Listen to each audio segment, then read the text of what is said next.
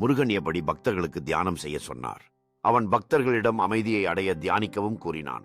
முருகன் அவர்களின் உள்ளம் அமைதியான பக்தி நிலையில் இருக்க தேவையை உணர்த்தினான். குழந்தைகள் பக்தியுடன் நடனம் டான்சஸ் செய்து முருகனின் அருள் பெற்றனர். பக்தர்கள் ஆராதனை செய்து மாறுபட்ட தீபங்களை ஏற்றி முருகனுக்கு நன்றி கூறினர். தீர்மானமாக பக்தர்கள் குளத்தில் சுத்திகரிக்கிறார்கள். தெய்வத்தின் அடியில் ஆராதனை செய்ய தயாராகி வருகிறார்கள். முருகனின் அருள் பற்றி பக்தர்கள் பேசிக்கொண்டு ஒருவருக்கொருவர் மறுமொழி அளிக்கிறார்கள். பழைய குடியினர் மக்கள் தெய்வீகங்களை பற்றிய பயணம் மற்றும் நற்பெயர் பாடுகளை கூறுகிறார்கள். இரவு கொண்டாட்டத்தில் பக்தர்கள் மகிழ்ச்சி அடைந்து குடும்பங்களின் மகிழ்ச்சியை கொண்டாடுகிறார்கள். பக்தர்கள் முருகனின் ஆசீர்வாதம் அடைய சிறிது நாட்களாக கொண்டாட்டம் நடத்தி வருகின்றனர். கொண்டாட்டத்தின் மீதில் பக்தர்கள் ஒருவருக்கொருவர் செலுத்தி சந்தோஷமுடன் வாழ்த்துகிறார்கள். பக்தர்கள் ஒரு இதயமாய்ந்து உறுதி மற்றும் அமைதியில் மேழியாடுகிறார்கள். இறுதி விழாவிற்கு பக்தர்கள் நன்றி செலுத்தி தெய்வத்தின் ஆசீர்வாதங்களை பாராட்டுகிறார்கள்.